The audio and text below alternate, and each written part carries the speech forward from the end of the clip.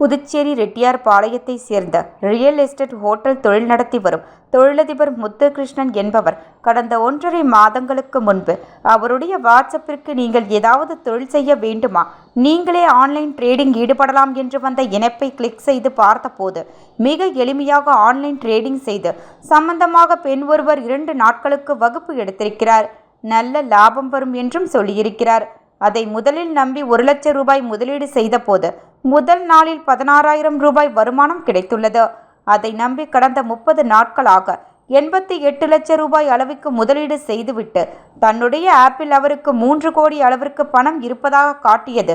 பணத்தை எடுக்க முயற்சித்த போது நிறைய உங்களுக்கு வருமானம் வந்துள்ளது, அதனால் ஜிஎஸ்டி இன்கம் டேக்ஸ் கட்டினால்தான் உங்களுடைய பணத்தை எடுக்க முடியும் என்று அந்த போலியான ட்ரேடிங் ஆப்பில் பதிவு வந்துள்ளது. அதை நம்பி மீண்டும் பணம் அனுப்பி உள்ளார். அதிலிருந்து பணத்தை எடுக்க முடியாமல் போகவே தான் ஏமாந்ததை உணர்ந்து இன்று இணையவழி காவல் நிலையத்தில் வந்து புகார் கொடுத்தார். அது சம்பந்தமாக இணையவழி போலீசார் புகாரை பதிவு செய்து விசாரணை மேற்கொண்டு வருகின்றனர்.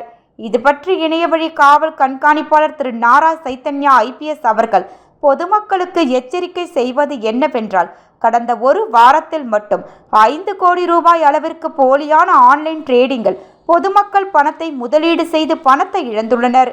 இது போன்ற போலியான ஆப்பில் பணத்தை முதலீடு செய்து பணத்தை இழக்க வேண்டாம் என்று பொதுமக்களுக்கு எச்சரிக்கை செய்கின்றார். நீங்கள் பணம் அனுப்புவதற்கு முன்பு அது உண்மையான ட்ரேடிங் பிளாட்ஃபார்மா என உறுதி செய்துவிட்டு, அல்லது இது சம்பந்தமாக உங்களுக்கு ஏதேனும் சந்தேகம் இருப்பின் இணையவழி காவல் துணையினை அருகே தங்களின் சந்தேகத்தை தீர்த்து கொண்டு பின் முதலீடு செய்யுமாறு கேட்டுக்கொண்டனர்.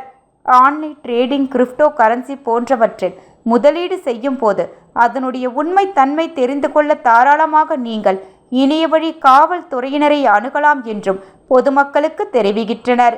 இதிலிருந்து பேராசை பெருநஷ்டம் என்பதை அனைத்து மக்களும் தெரிந்து கொள்ள வேண்டும்.